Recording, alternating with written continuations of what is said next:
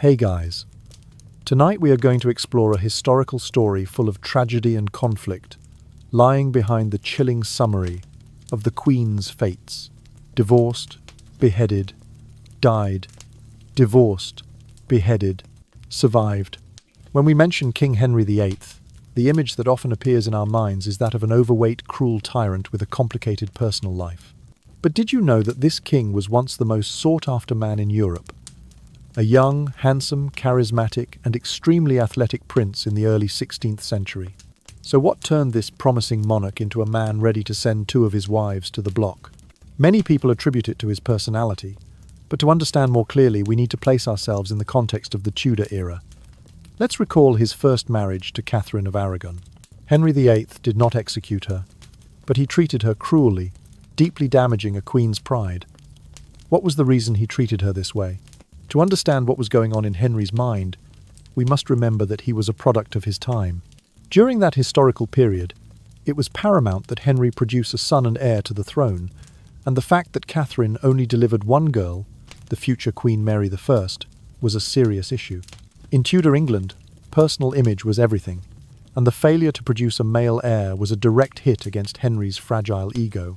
This pressure, combined with his personal insecurities, pushed him toward the most ruthless decisions.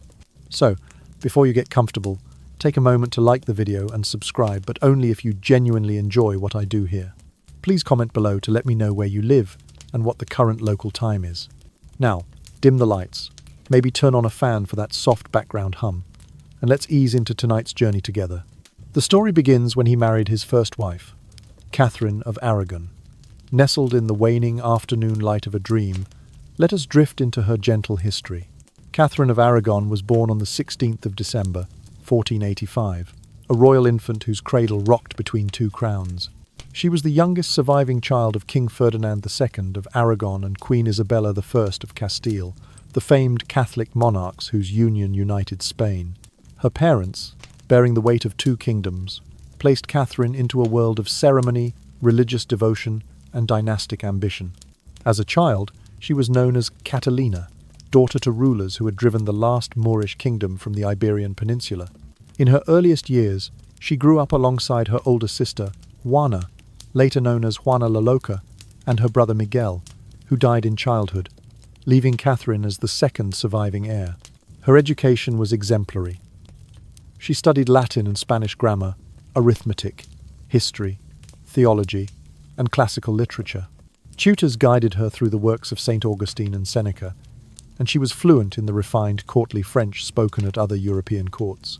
Music soothed her hours of study, harp, lute, and hymn, and she learned the delicate art of embroidery, vesting her hands in patience and precision. At the tender age of 17, Catherine's life was redirected toward England by marriage. An alliance between her parents and King Henry VII of England set the stage. Catherine was betrothed first to his eldest son, Prince Arthur, the future king. They married in November of 1501 at the Grand Cathedral in Worcester. The ceremony was sumptuous, with tapestries of crimson and gold, and the court's trumpets heralded the union for miles. Yet joy was cut short when Prince Arthur fell ill and died in the following April of 1502, scarcely half a year after their wedding. Heartbroken but still treasured, as a link between England and Spain, Catherine remained at the English court. Negotiations unfolded. Would she return to her homeland, or was there another path? In the summer of 1503, she was betrothed to Arthur's younger brother, Prince Henry. To preserve her status, she took a vow of chastity, and the Pope granted a papal dispensation, exempting her from the usual prohibition against marrying her deceased brother-in-law's wife. On the 23rd of June, 1509, Henry VIII, newly crowned king at the age of 17, married Catherine in the opulent surroundings of Greenwich Palace. The bride wore silks of ivory and ermine, the king in doublet and hose of deep red velvet. The chapel's candles flickered as the vows were exchanged, and the pealing bells of London proclaimed the dawn of their reign. In the courts that followed, Catherine proved herself a devoted queen. She learned English, championed charitable works, and acted as regent during Henry's campaigns in France and Scotland. Yet the shadow of succession loomed over their union. Catherine bore a series of children, but only one survived beyond infancy. In February of 1513, she gave birth to a daughter, Mary, later Mary I of England. The infant girl's first cry was a mixture of hope and dread. In Tudor England, no daughter could inherit the crown without fierce dispute. All subsequent pregnancies ended tragically miscarriages or stillbirths whispered through the royal chambers with hushed sorrow. Henry's youthful vigour began to fade under the weight of dynastic pressure.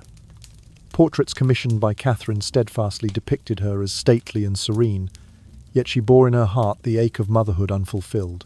To the Tudor court, failure to provide a male heir was not merely a private grief but a blemish upon the monarchy itself.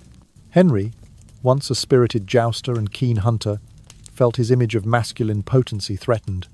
As years passed, Catherine's gentle influence could not stem the growing distance between king and queen.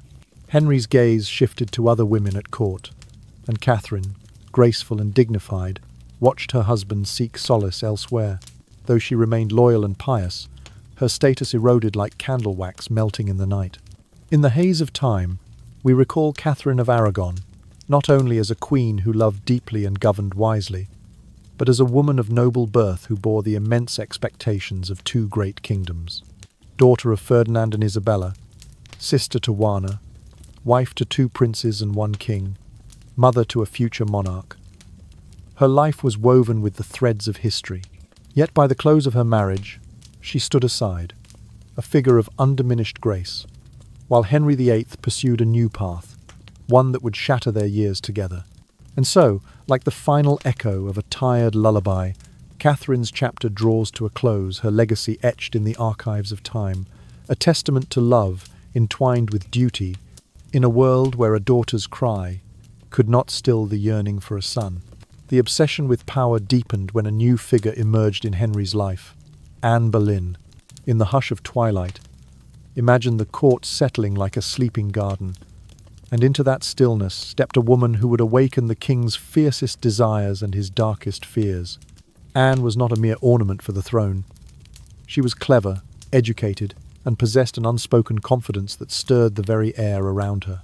Unlike the dutiful Catherine, Anne refused to yield immediately to Henry's advances. She received his gifts with a graceful bow, but did not accept them unconditionally.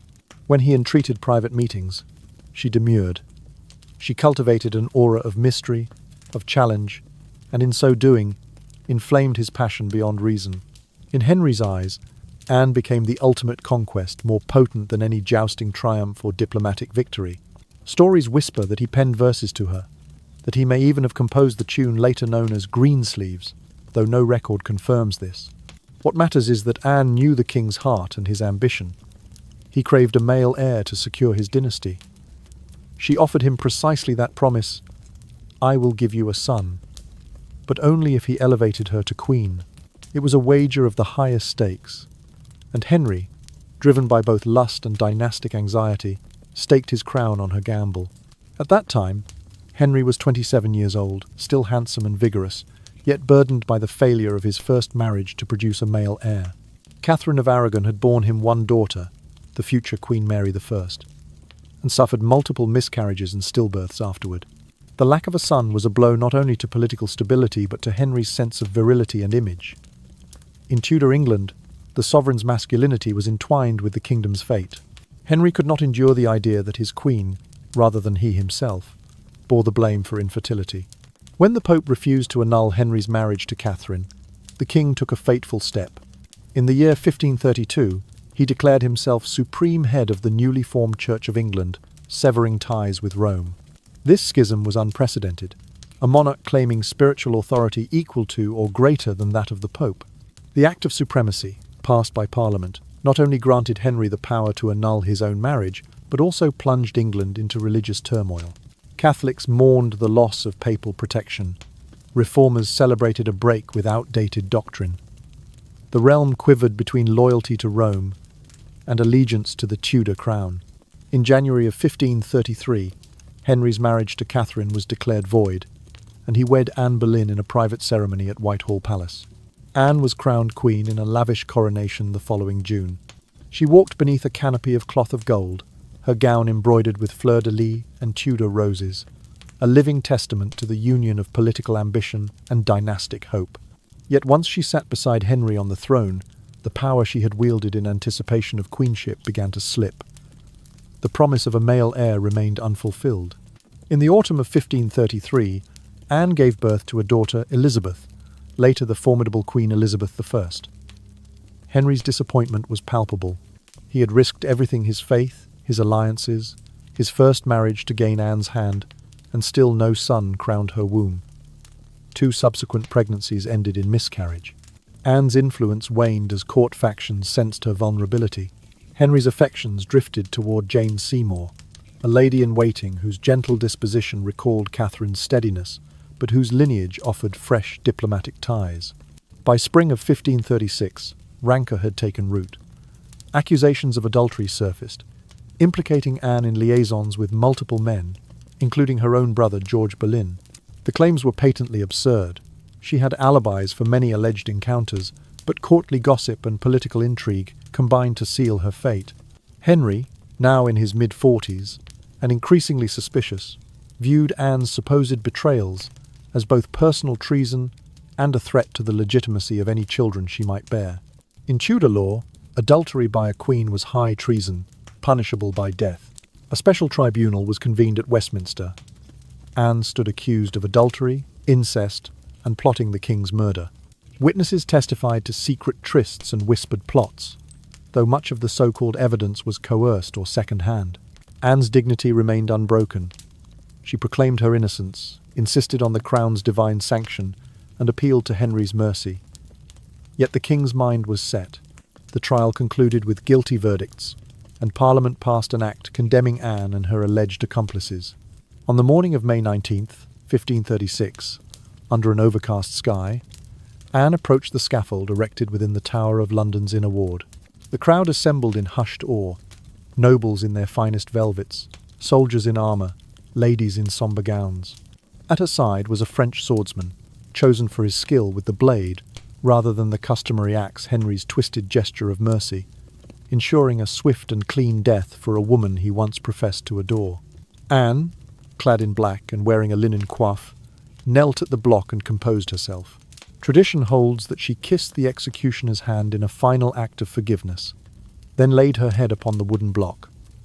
In a single stroke, the sword fell, delivering a death as precise as any royal decree. News of her execution rippled across England like falling leaves in a storm.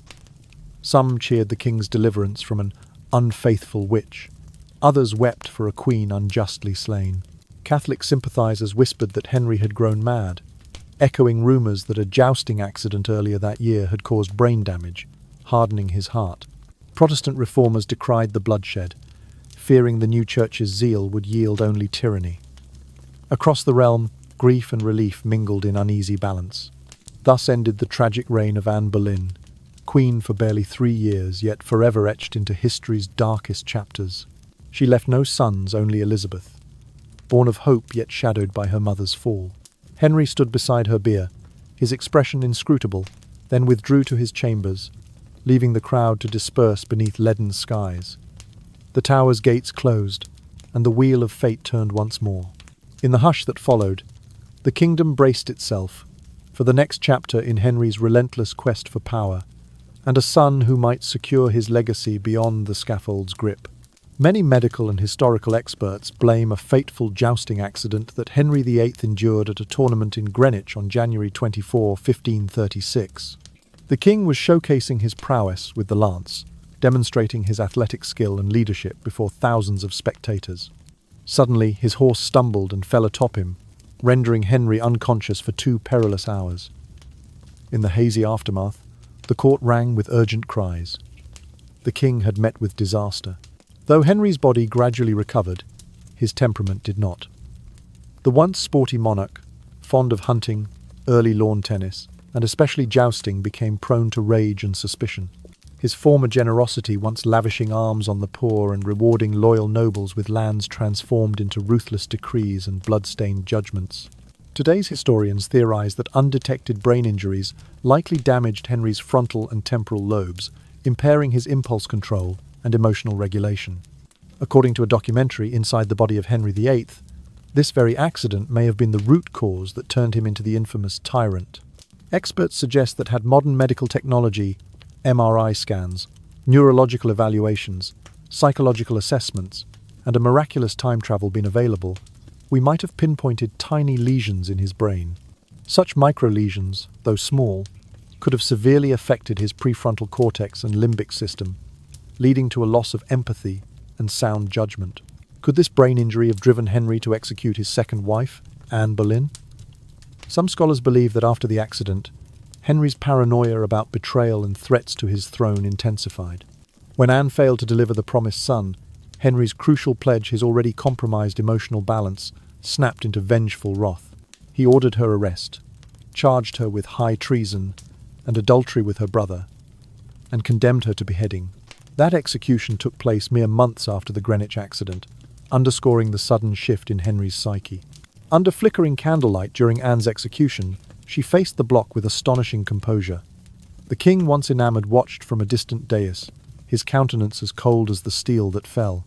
The sound of the sword striking echoed through the silent Tower of London, mingling with collective gasps from the assembled crowd. England had never witnessed such brutal justice meted out to a queen. The shockwaves rippled through the realm, a stark testament to the newly ruthless sovereign.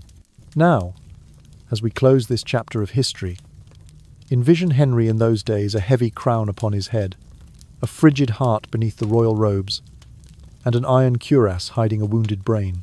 A single accident on a cold January day set into motion a cascade of tragedy that resonates through the centuries, reminding us how power and injury can combine to create unforgettable tragedies. The story of Jane Seymour unfolds like the gentle closing of a weary eyelid, a tender lullaby after the storm of Anne Boleyn's fall. Jane, the king's third queen, stood in stark contrast to her predecessors, quiet, unassuming, and wholly devoted to Henry VIII. Born sometime around 1517, Jane was the daughter of Sir John Seymour and Margaret Wentworth, raised amid the peaceful fields of Wiltshire. As one of 12 children, she learned early the virtues of humility and discretion. Her education, though modest by royal standards, included reading, embroidery, prayer, and the dance steps required for courtly gatherings. In these soft pursuits, Jane found comfort, and so did Henry. Just 1 week after Anne Boleyn's execution on May 19, 1536, a date seared into the hearts of many, Henry married Jane Seymour on May 30, 1536, in a ceremony hastened but solemn. The court spoke in hushed tones. How could the king so swiftly replace one wife who had been beheaded with another? Jane bore the weight of this question lightly. She walked beside Henry in simple gowns of ivory and green, her dark hair tucked beneath a modest coif. No jewels glittered on her fingers. Her only adornments were the sincerity in her soft brown eyes and the gentle curve of her smile. In the months that followed, Jane became Henry's solace. She bore him no scandals and raised her voice only in hymns of praise. When Henry returned from battles abroad and state affairs, he sought her calm presence. The court began to believe that Jane was indeed the embodiment of the king's dream of domestic harmony, an ideal of feminine grace that soothed his turbulent spirit. Their union soon produced the child Henry had long hungered for. On October 12, 1538, Jane gave birth to a son, Edward. The infant prince's first cries echoed in Hampton Court Palace, and for a moment all of England seemed to hold its breath. In Tudor custom, no male heir meant the fragile promise of dynastic continuity remained unfulfilled. Edward's survival was vital to preventing civil unrest and foreign intervention. Henry, now in his mid-40s, and suffering from increasing weight and leg ulcers, felt the surge of youthful pride return. He cradled his son in silken swaddling clothes, declaring Jane the most blessed and favoured of women. Courtiers whispered that Henry shed tears of joy, tears perhaps not shed since his own father's death many years earlier. Yet the joy was as fleeting as a summer rain. Jane's labour had been arduous, and in the days after Edward's birth she grew weak. On October 24th, 1538, 12 days after delivering the child, she succumbed to postnatal complications, likely puerperal fever. In the candlelit chamber where she had first heard her son's cry, Jane drew her final breath surrounded by her husband, the fragile prince, and her own parents, who gazed on in helpless sorrow. Henry, upon learning of her passing, is said to have wept bitterly, perhaps the only time in his life he was truly undone by grief. His mournful lament, recorded by a foreign ambassador, described Jane as the gentle flower that he had plucked too soon. And Jane Seymour's death was not an execution, yet it reverberated through England like a royal executioner's blow. The people, accustomed to the spectacle of Anne Boleyn's beheading, now mourned an innocent queen felled by forces beyond mortal control. Chapels filled with prayers for her soul. Masses were said in every cathedral from York to Canterbury. The king's own grief was public. He wore black for the first time, abstained from feasting, and ordered commemorative services at St. George's Chapel in Windsor. In a realm where mourning rituals were often perfunctory, Henry's lamentation was profound, lending a rare intimacy to the otherwise grandiose proceedings of the Tudor court. For Edward, Jane's death left an indelible mark. As he grew, he was raised by regents and his stepmother, Catherine Parr, yet he bore his mother's memory like a hidden talisman. He inherited not only Jane's brown eyes, but also her quiet strength. Though Edward would reign only briefly, dying at the tender age of 15, he remained the living testament to Jane's singular devotion. In the tapestry of Henry VIII's marriages, Jane Seymour stands apart, neither the catalyst for schism nor the victim of a scandalous trial, but the gentle interlude between two storms. She neither plotted rebellion nor claimed divine sanction. She neither bore the brunt of disappointment through repeated failed pregnancies, nor did she face the sword's edge. Instead, she gave him what he coveted most, a son, and paid the ultimate price with her life. When Henry later married Anne of Cleves, Catherine Howard, and Catherine Parr, he never quite recaptured the quiet devotion he found in Jane. He spoke of her as his beloved wife, and on his deathbed in January of 1547, he requested to be buried beside her grave at St. George's Chapel. His dying wish was granted. When Henry was interred in the chapel a month later, he lay next to Jane. Thus, Jane's chapter, though brief, remains the most tender of Henry VIII's tumultuous narrative.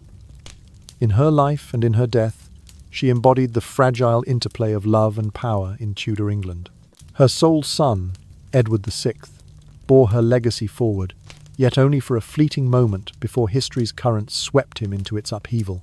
And in the quiet corners of Windsor, two stone effigies, Henry in regal armour, Jane in peaceful repose, reunited in marble what mortality had parted in life. Not long after annulling his marriage to Anne of Cleves, Henry VIII wed his fifth wife, Catherine Howard, Anne Boleyn's own first cousin. The king was then 50 years old, his frame swollen by excess, and an ulcer on his leg deepening with every passing year. By contrast, Catherine was barely 20, a bright bloom of youthful energy enchanted by music and dance. Her laughter echoed through the corridors of Hampton Court, and when Henry first laid eyes on her, he likened her to a rose without a thorn. He showered her with sumptuous jewels, silken gowns, and furs of sable, hoping to recapture the vigour of his younger days.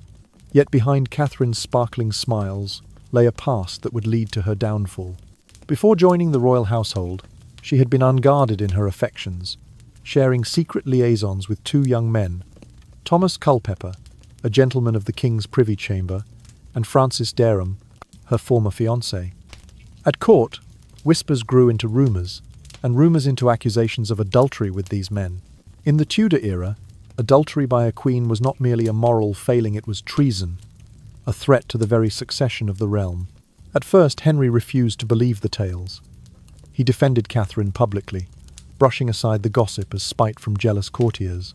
Yet as evidence mounted, letters discovered, servants questioned, and testimonies extracted under duress, the king's patience frayed. In the autumn of 1541, the scandal reached its zenith. Catherine was summarily arrested and confined to Sion Abbey under strict guard. Her jewels and wardrobe were stripped away, replaced by a plain gown of grey wool. Thomas Culpeper and Francis Dereham were also seized, their fates intertwined with Catherine's. In a makeshift tribunal at Hampton Court, the charges were laid bare: high treason for adultery with Culpeper and prior misconduct with Dereham. Catherine, once the radiant bride, now appeared before the court trembling. Under relentless questioning, she confessed to a youthful affair with Dereham, but denied any betrayal of the king since her marriage. Yet this partial admission sealed her fate. By Tudor law, Any sexual intimacy between a queen and a man other than her husband was punishable by death. On the morning of February 13th, 1542, Catherine was led through the dimly lit Chapel Royal at Hampton Court, now silent but for her weeping footsteps. Legend holds that she broke free of her guards and ran down the corridor, her sobs echoing against the cold stone, crying, "Have mercy upon me." The chapel, once a place of royal worship, became a crucible of despair. Courtiers peered from behind tapestries, their faces pale with dread, as they witnessed the Queen's degradation.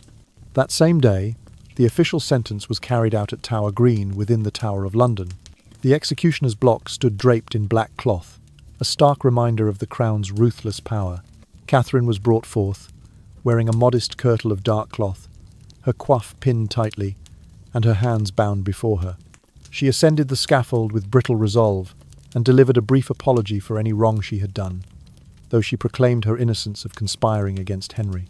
It was a final gesture of dignity in the face of disgrace. With a single stroke of the sword, chosen over the heavier axe to grant her a merciful death, Catherine's head was severed from her shoulders. The courtiers gasped. Some wept. The wind carried a hush across the yard, as if even the air mourned the fall of the young queen. Her body was placed in an unmarked grave within the chapel of St. Peter ad Vincula, alongside Anne Boleyn, another queen accused of impropriety. Catherine Howard bore no children with Henry VIII. Her womb remained unblessed by a prince, a silence that weighed upon her as much as the charges levelled against her. The king's craving for a male heir lingered, but Catherine's brief role in that saga ended not with a son's cry, but with the echoing thud of the executioner's blade. News of her fate sent shockwaves throughout England. For a populace already reeling from Anne Boleyn's execution only 6 years earlier, the Queen's death was chilling proof of royal caprice. Courtiers fell silent at gatherings. Ballads of lamentation spread through taverns, singing of the innocent blossom plucked too soon. Catholic sympathisers decried the cruelty of Tudor justice, while reformers warned that Henry's willingness to kill his own wives foretold a reign of terror. In the royal court, obedience became ever more cautious. Gentlewomen whispered prayers against the king's displeasure, and men chose their words carefully lest they fall under suspicion themselves. Henry, for his part, seemed to withdraw into solitude. The laughter and music that had accompanied his marriage to Catherine were replaced by sombre watches at his private chapel and long hours poring over matters of state. His appetite faded. The ulcer on his leg festered. Catherine Howard's tragic end underscored the perilous balance of love and power in Tudor England. She was neither the scheming temptress of popular legend nor the saintly martyr of later romanticized accounts. She was a young woman caught between her own youthful indiscretions and the merciless demands of a king desperate for a male heir. In the hush that followed her death, the tower's gates closed, and the realm settled into a brooding quiet. Thus closed the chapter of Catherine Howard, the youthful rose who once thawed Henry's wintered heart, only to be crushed by the very desire she had inspired. No son, no final act of queenly grace, her legacy is woven from whispered regrets and the cold stone of her tomb. In dreams, perhaps, we hear her plea still echoing through Hampton Court's corridors, a voice longing for mercy in a world ruled by uncompromising power. Catherine Parr was Henry VIII's sixth and final wife, a gentle beacon in the fading twilight of his reign. When she wed Henry in the year 1543, the king was aged, burdened by illness, and wearied by the ceaseless intrigues of court life. His once strong frame had grown stout, and his once keen spirit dulled by chronic leg ulcers and the weight of sovereign duty. Catherine, by contrast, was no stranger to hardship. Born around 1515 to Sir Thomas Parr and Maud Green, she had twice been widowed before entering the king's household, a widow at 19, and again at 21 each time, learning the bitter lessons of loss and the fragile nature of status. As queen, Catherine Parr approached her role with a rare combination of warmth and wisdom. She became a motherly presence not only to Henry's 3 children, Mary, Elizabeth, and the young Prince Edward, but also to her former husband's offspring, like young Margaret Douglas, whose kin she cherished as family. She held nightly readings in the royal apartments, where she encouraged Henry to reflect on the scriptures and to support the printing of the English Bible. In these soft gatherings, The crackle of candle flames echoed with translational debates, and the hush of reverence settled over even the most reticent courtiers. Her advocacy of reformist ideas did not go unnoticed. The staunchest Catholics at court eyed Catherine with suspicion, branding her a promoter of heretical teachings. Rumours swirled that she possessed forbidden books, that she entertained Protestant preachers, and that her heart favoured the new doctrines sweeping across the European continent. In a realm where shifting allegiances could spell death, Catherine's open engagement with religious discourse courted peril. Yet Catherine had mastered the art of survival through humility. With a soft voice and gentle countenance, she professed her own flaws. "I am but a woman, weak in flesh and frail in spirit," she would say before the king, laying bare her imperfections to assuage his suspicions. She portrayed any misstep as the natural frailty of her sex, implicitly deflecting blame from doctrinal indiscretion to common mortal weakness. Henry, who had lost Chad to conspiracy and Anne to accusation, found comfort in Catherine's admissions of unworthiness. Her contrition moved him to pardon her perceived transgressions. In the autumn of 1544, Catherine's influence extended beyond theology into governance. She acted as regent, while Henry waged campaigns abroad, demonstrating administrative acumen and genuine concern for the realm. She penned letters to local magistrates, urging relief for the poor and care for the wounded veterans returning from the French wars. Her initiatives to reform the treasurer's accounts and to inspect the royal stores prevented shortages in London during harsh winters.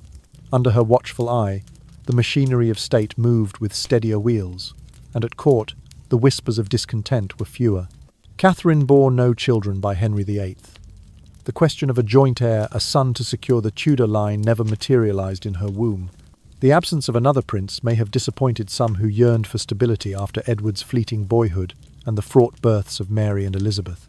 But Catherine's legacy lay not in offspring but in preservation. She preserved peace in the palace and her own life in the face of potential ruin. When Henry died on the 28th of January, 1547, his deathbed resounded with his whispered wish to be interred beside Jane Seymour, his most cherished wife. Catherine's sorrow was profound. She had cared for the aging monarch in his final days, kneeling by his bedside as his breathing grew shallow and his once roaring voice faded. As Queen Dowager, she moved with quiet dignity, retaining her full dower rights and the respect of the council. In the spring of 1548, Catherine embarked on a new chapter. She married Thomas Seymour, brother to Jane Seymour's widow's lodgings and uncle to the young King Edward VI. Together they planned to continue her charitable works, visiting hospitals, founding schools for poor children, and supporting translations of devotional texts into English. Yet fate's fragile thread frayed once more. On the 7th of September, 1548, Catherine succumbed to puerperal fever only days after giving birth to her first and only child, a daughter named Mary Seymour. The Queen, who had weathered political storms, fell prey to the very danger that had claimed Jane Seymour. Her death resonated with a muted sorrow across the realm. Town criers announced the Queen's passing, and bells tolled in every cathedral. The council wept for their former regent, whose fair reign had brought solace to a nation long accustomed to upheaval.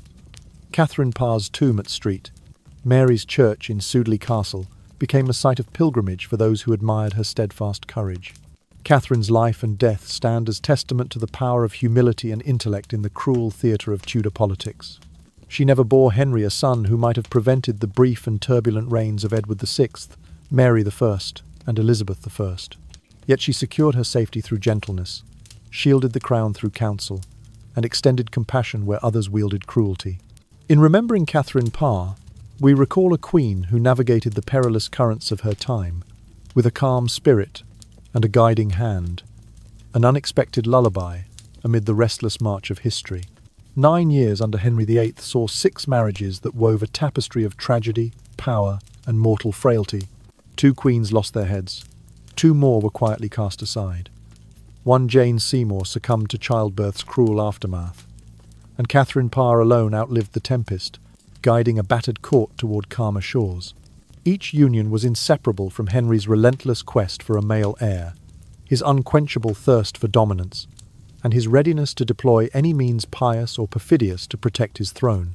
In the dawn of 1510, young Henry married Catherine of Aragon, a queen who bore his first triumph, Mary, the future, Mary I.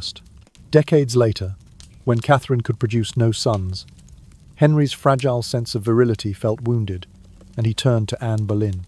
Her grace kindled his passion, but when she too bore only daughters and endured miscarriages, she fell victim to charges of adultery and incest, beheaded in May 1536.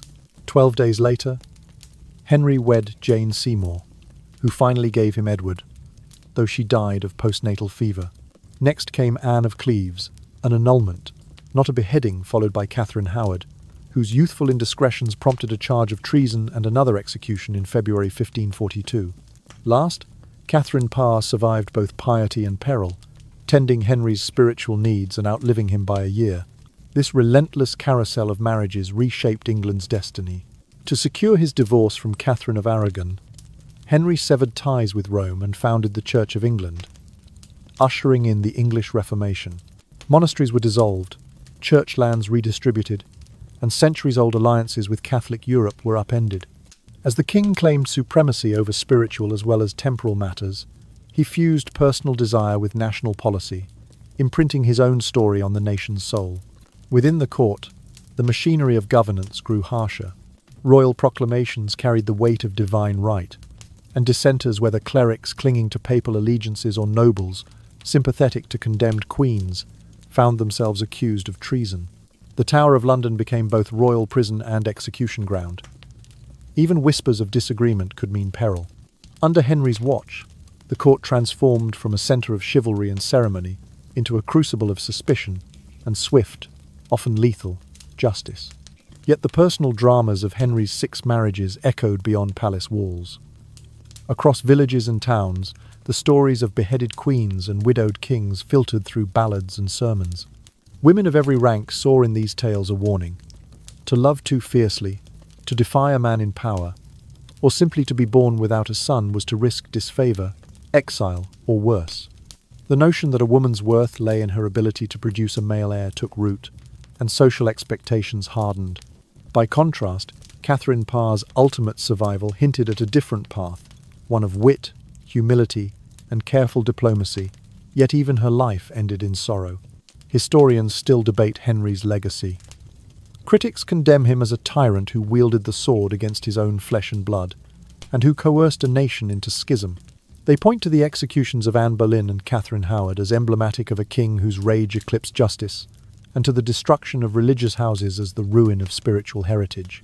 They see in his matrimonial caprices the arrogance of absolute power, willing to rewrite laws and doctrines to satisfy personal whims. Others, however, view Henry as a bold architect of modern monarchy. He challenged papal supremacy, laying the groundwork for England's independent church and, eventually, for religious toleration under later sovereigns. His reign centralized governance, reducing the power of unruly nobles and establishing the crown as the ultimate arbiter. Through his marriages, he forged and reforged alliances that influenced European geopolitics, from Spain to the German states and beyond. To these scholars, Henry's actions, however brutal, paved the way for a stronger, more unified nation. In the centuries since, the 6 women who shared Henry's bed have become icons in their own right. Catherine of Aragon is remembered for steadfast faith and regal dignity, Anne Boleyn for her intelligence and tragic fall, Jane Seymour for her compassion and ultimate sacrifice, Anne of Cleves for her dignified survival, Catherine Howard for youthful folly, and Catherine Parr for her piety and prudence. Their lives and deaths offer a prism through which to examine gender, power, and the perilous dance between sovereignty and personal desire. As night falls on the tale of Henry VIII, we see a man driven by fear of extinction, both his own and his dynasty's, and by the belief that absolute authority justified absolute action. We see the echoes of their stories in the hushed corridors of history, in the stone walls of London's Tower, and in the quiet reflections of those who ponder how a monarch's private passions can reverberate through a realm's destiny. Now, let us turn our gaze to the saplings of the throne, the children Henry VIII longed for, each bearing both hope and challenge, poised to uphold or unsettle the Tudor legacy. Mary Tudor was the first child of King Henry VIII and his first wife, Catherine of Aragon. Born on the 28th of February, 1513, Mary entered a world reshaped by her parents' alliance and the vast politics of Europe. Catherine, once Queen of Castile and Aragon alongside her husband Isabella, had married Henry VIII in 1509, hoping to secure a dynastic bond between Spain and England. Mary's birth was celebrated as a triumph, for a daughter still held value as a dynastic link, even if only a son could inherit the throne outright. Yet Mary's earliest years were overshadowed by the growing tensions between her father and the Pope. When Henry VIII sought to annul his marriage to Catherine for lack of a male heir, Rome refused. Henry responded by proclaiming himself supreme head of the newly established Church of England, severing ties with the papacy. This schism not only deposed Catherine from her rank as queen, but also destabilized Mary's own status. Once the undisputed Princess of England, she became mislabeled in some eyes as a symbol of her mother's disgraced union, a princess of an invalid marriage, stripped of the certainty that had defined her infancy. In her childhood, Mary lived through exile from court and humiliation. She was removed from the privileges of a royal upbringing, sent instead to reside at Ludlow or Hatfield, under the watchful eye of governesses who drilled her in languages and religion. Her education was rigorous. Latin grammar and rhetoric, Spanish courtesy, and the tenets of the Catholic faith dominated her studies. Music soothed her long hours, with the strains of the lute and violin accompanying candlelit prayers. Mary clung to her faith as her anchor, finding solace in the rituals and psalms that reminded her of her mother's gentle piety. As she matured, Mary assumed the title of Princess of England once more, this time under her half-brother Edward VI, whose Protestant-leaning regents eyed her with deep suspicion. At court, tensions simmered between Mary and the new queen, consorts Jane Seymour, Anne of Cleves, Catherine Howard, and Catherine Parr, each vying for influence over the young king. Mary's steadfast adherence to Catholicism put her at odds with Edward's advisors, who pushed for Protestant reforms. She refused to attend Protestant services, and when forced to, would stand sombre and silent, her heart yearning for the Mass of her childhood. Despite these conflicts, Mary endeavoured to maintain her dignity and fulfill her duties as heir presumptive. She attended state ceremonies, practiced diplomatic correspondence in 3 tongues, and made charitable donations to the poor. Yet the shadow of her mother's fall and her father's volatile marriages haunted her path.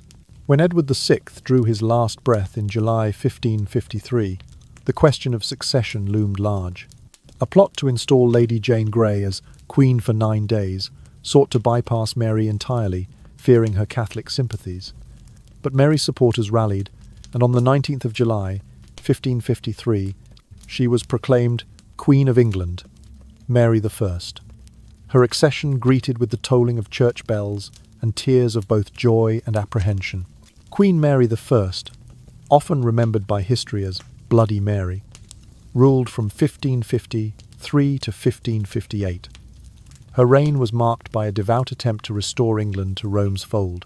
She repealed Protestant legislation, burned nearly 300 dissenters at the stake in Essex and London, and reinstated clerical celibacy. To her supporters, she was a pious restorer of ancient faith. To her detractors, a ruthless persecutor. Beneath the tumult of repression lay Mary's genuine desire for religious unity, born of childhood devotion and familial legacy, yet expressed in a manner that stained her reputation for centuries. In the final year of her reign, Mary's health declined.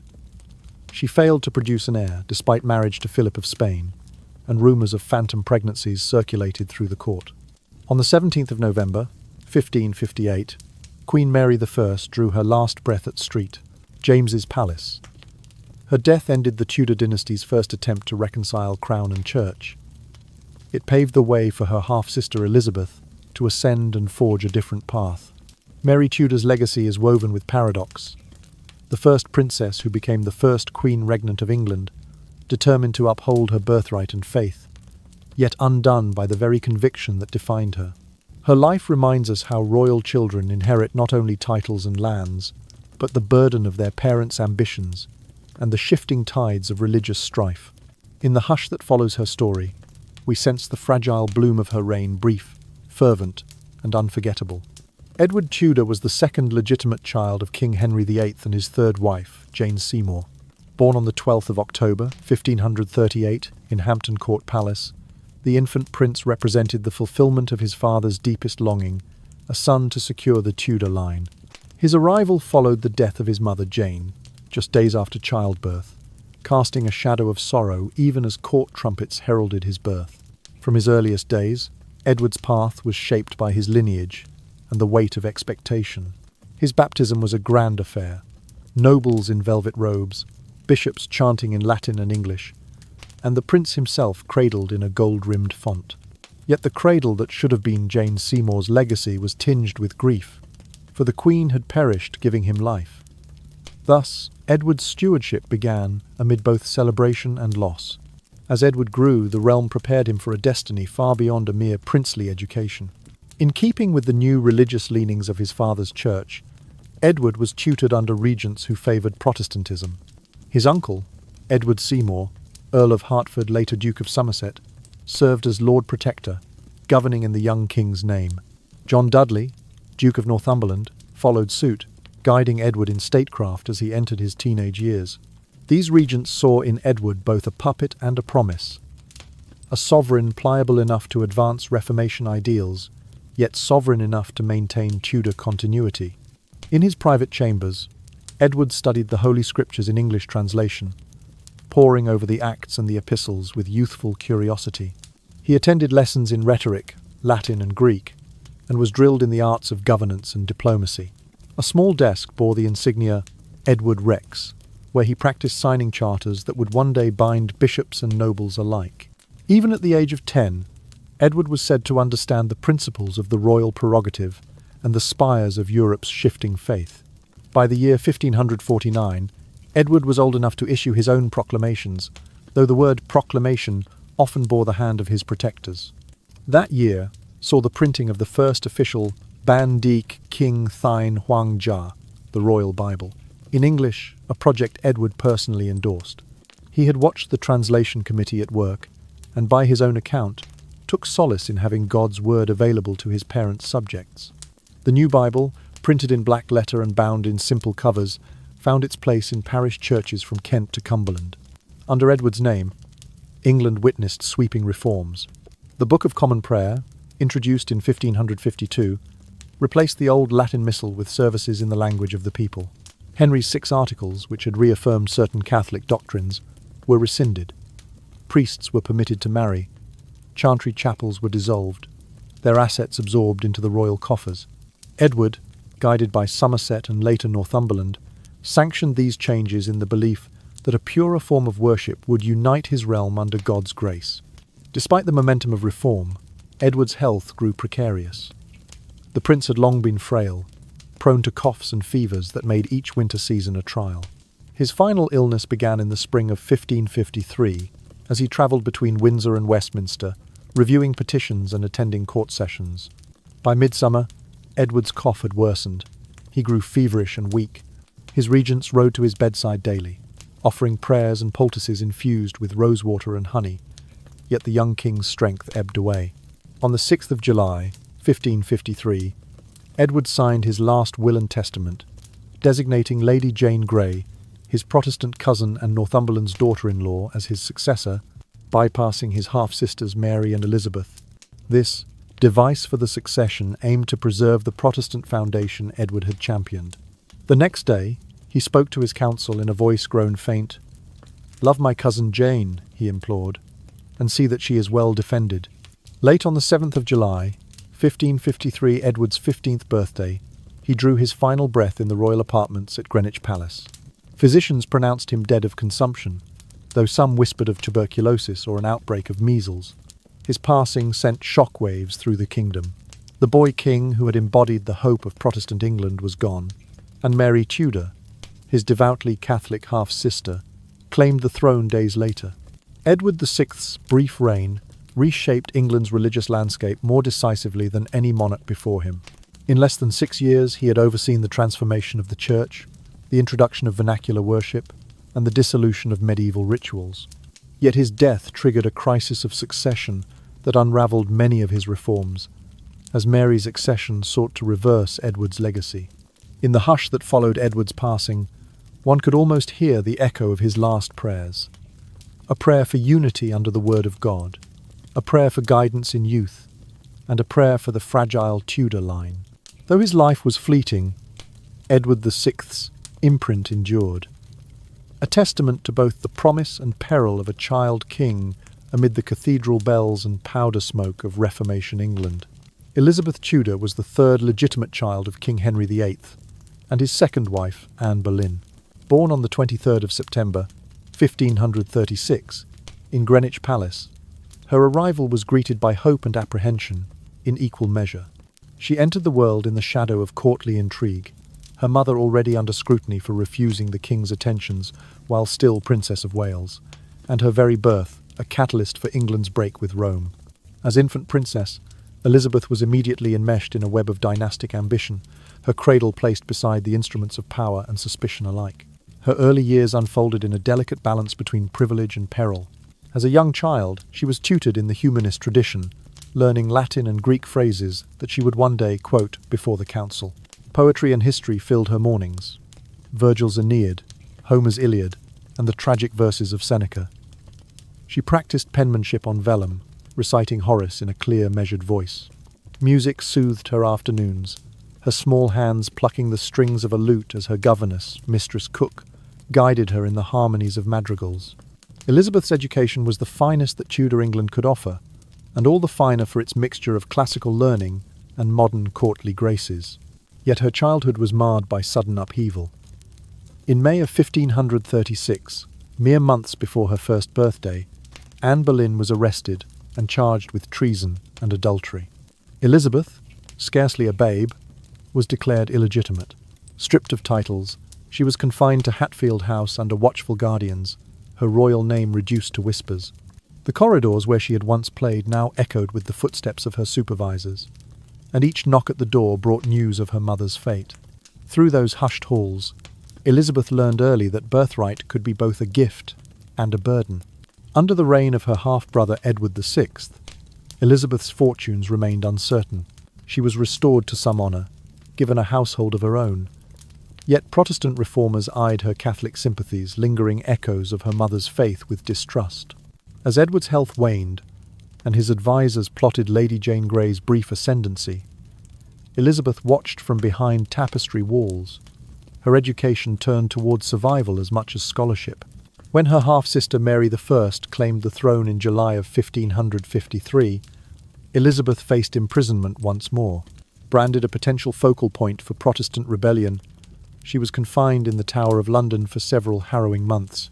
There, within stone walls cold as regret, she endured interrogations and heard the toll of distant bells marking executions of Mary's enemies.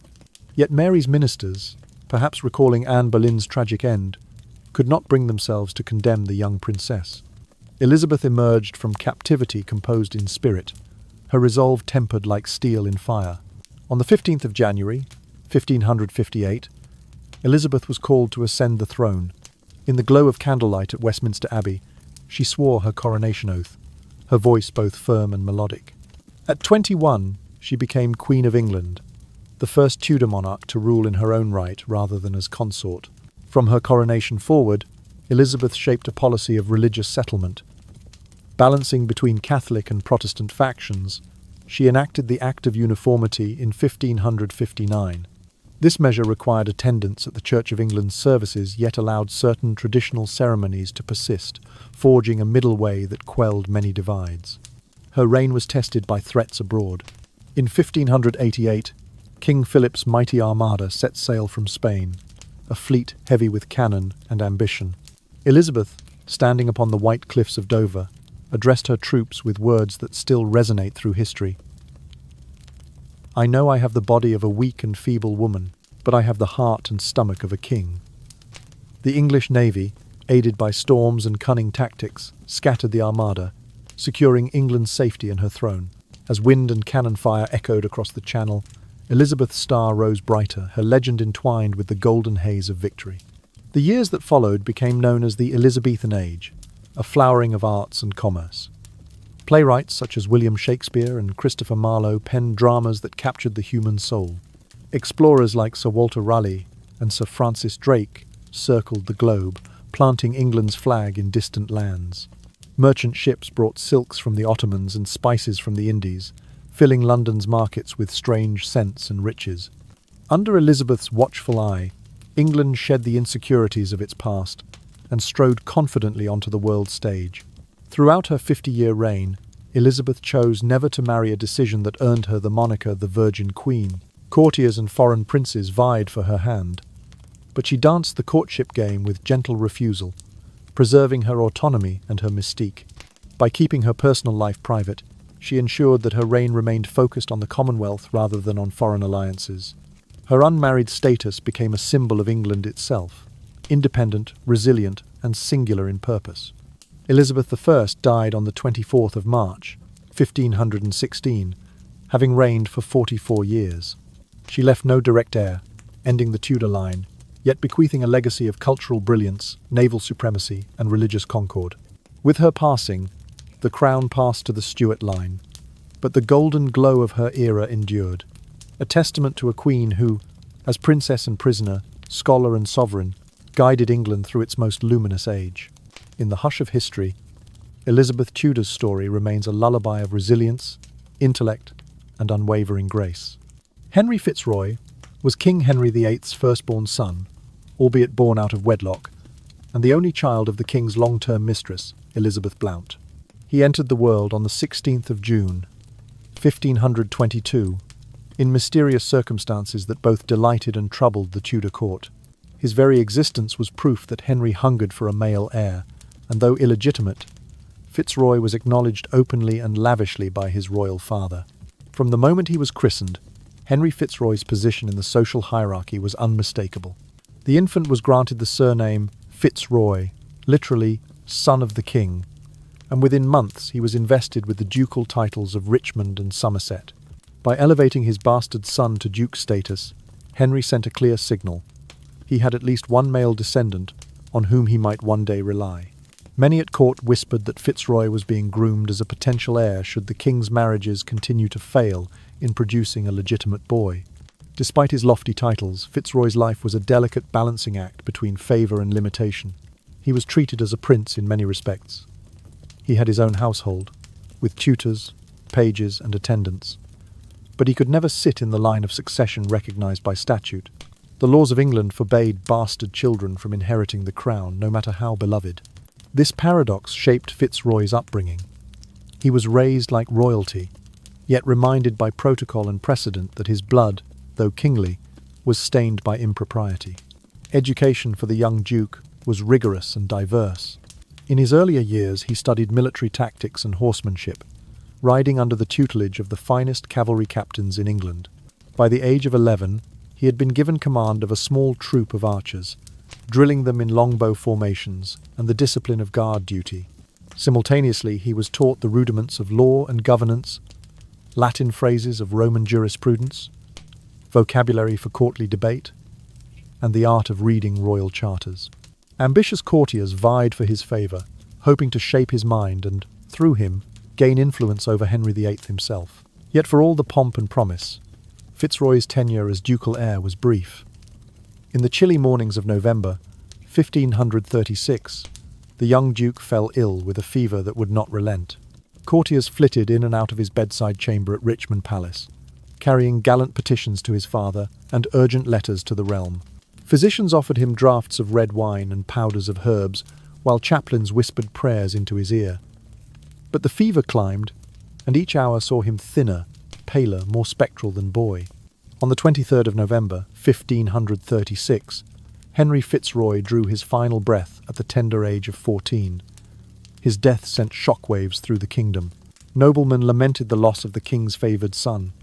Merchants fretted that his passing would further destabilise succession plans, and the common folk whispered that the heavens themselves mourned. Henry VIII, stricken with grief, is said to have wept openly for the first time since Jane Seymour's death. He vowed to redouble his efforts to sire a legitimate male heir, a vow that would shape the rest of his matrimonial pursuits. The impact of Fitzroy's death on Henry's psyche and policies was immediate and profound.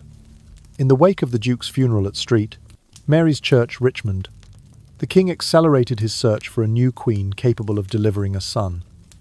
He renewed courtship efforts with potential brides from foreign courts, seeking alliances across Europe. His fear of dynastic extinction grew more palpable. At times, he spoke of the realm's survival and God's disappointment in his inability to produce a lawful prince. In letters to ambassadors, Henry made clear that the crown's future depended on male succession, an obsession ignited and then intensified by the loss of his firstborn, albeit illegitimate, son. Historically, Henry Fitzroy's brief life serves as a poignant prologue to the Tudor drama of succession. He embodied both the hope of continuity and the fragility of royal favour. His ducal titles Richmond and Somerset would pass through legal channels in subsequent reigns, but the boy who once wore them faded into the mists of memory. In the hush after his death, the court felt the brittle weight of uncertainty. If even Fitzroy, the king's acknowledged blood, could not live to inherit, what hope remained for the Tudor line? As sleep descends, we recall the young duke in his gilt cradle, the echo of his laughter in great hall banquets, and the silent halls of Richmond as doctors prayed over his failing body. His story is a lullaby tinged with sorrow, a reminder that even in royal splendour, life can be as fleeting and delicate as a candle's flame in a draughty chamber. When Edward VI breathed his last at the tender age of 15, the Tudor realm trembled on the brink of uncertainty. His death so soon after his young half-brother Henry Fitzroy's passing reopened the painful question of succession. Mary, Henry VIII's firstborn daughter, graciously took the crown but could not give the kingdom a son to inherit her throne. She reigned with zeal for the old faith, yet her own womb remained barren of an heir. In the hush of her downfall, it was Elizabeth, daughter of Anne Boleyn, who rose unexpectedly. She stepped into power in 1558, amid the ashes of religious strife and political intrigue, proving that Providence often dances to its own tune.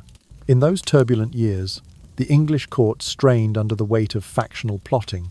When Edward named Lady Jane Grey, his Protestant cousin, as his successor, he set off a chain reaction that installed Jane on the throne for 9 fleeting days before Mary's loyalists reclaimed power. That tragic interlude revealed how fragile legitimacy becomes when personal ambition trumps established lineage. Noble families found themselves pitted against one another in heated disputes over church lands, while common folk whispered in taverns about the cruelty of changing kings and queens. Yet with Elizabeth's ascent, the winds of discord softened.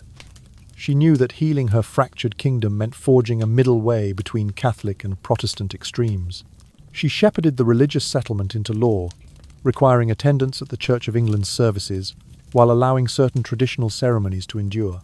Through this compromise, she quietly mended the tears in England's spiritual fabric, and steered her people toward an uneasy peace. Under her steady gaze, the monarchy itself grew stronger. Elizabeth refused even one foreign suitor who might compromise England's independence. By remaining single, she ensured that royal alliances would no longer shift the axis of power abroad.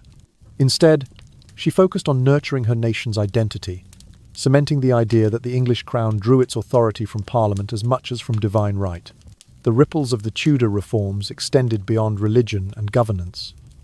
When Henry ruptured with Rome to secure an annulment, he unwittingly set England on a course toward legal modernity. Monastic lands passed into private hands, fueling a nascent gentry. Statutes defining treason and succession codified the fragile bond between ruler and subject.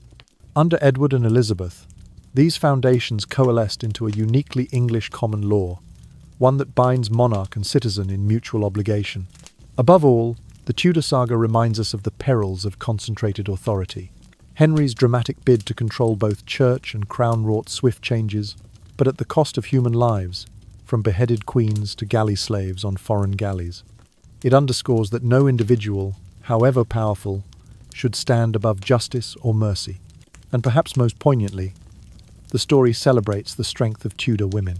Catherine of Aragon's dignified resistance, Anne Boleyn's sharp wit and tragic fall, Jane Seymour's quiet devotion, Catherine Howard's fleeting bloom and heartbreak, Catherine Parr's wisdom and compassion, Mary I's fierce piety, Elizabeth I's incomparable statesmanship.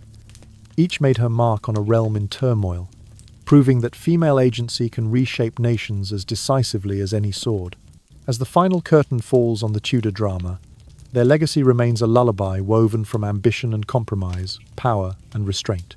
It offers a timeless lesson that dynasties rise and fall on the human heart, and that true stability comes not from unchecked rule, but from the delicate balance between authority and inheritance, tradition and reform. May their stories, whispered across centuries, gently guide us into reflection and perhaps into the sweetest of dreams.